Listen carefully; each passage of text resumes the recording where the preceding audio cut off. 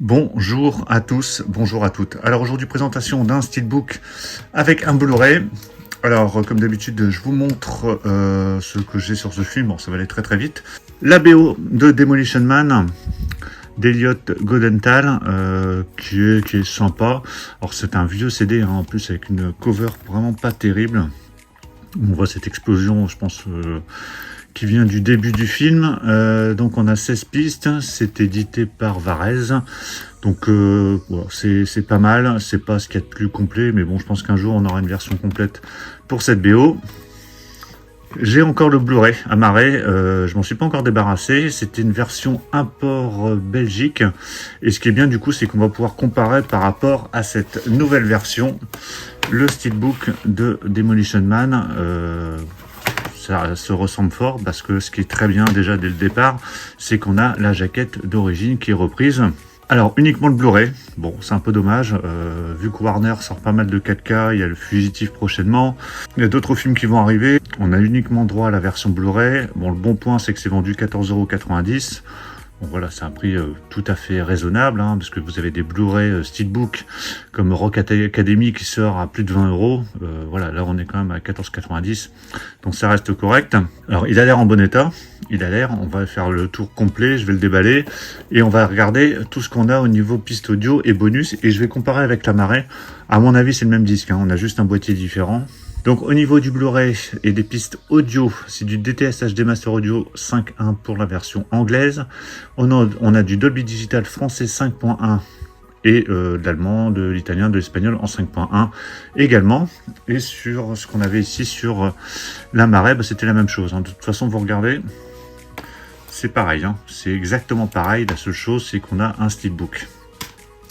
Niveau des bonus, on a le commentaire audio du réalisateur, du producteur également, Joel Silver, bande-annonce, et je crois qu'on avait la même chose.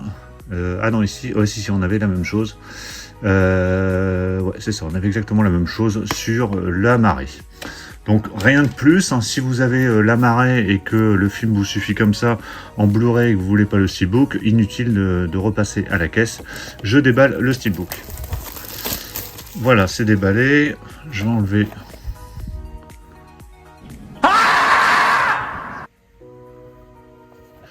le flyer ici. Voilà, c'est enlevé. Alors, ce steelbook, qu'est-ce que c'est que ça? Il est poinçonné de partout. Il est poinçonné de partout. Qu'est-ce qui s'est passé encore? Alors c'est pas voulu, hein, j'imagine. C'est marrant parce que c'est bien, voilà, c'est bien symétrique. Bon, c'est, on va dire, la fête continue. Alors c'est dommage qu'il y ait une finition glossy. Bon, je pense que celui-ci, je me le ferai remplacer rapidos. C'est pas possible quand même, hein. C'est vraiment incroyable, hein.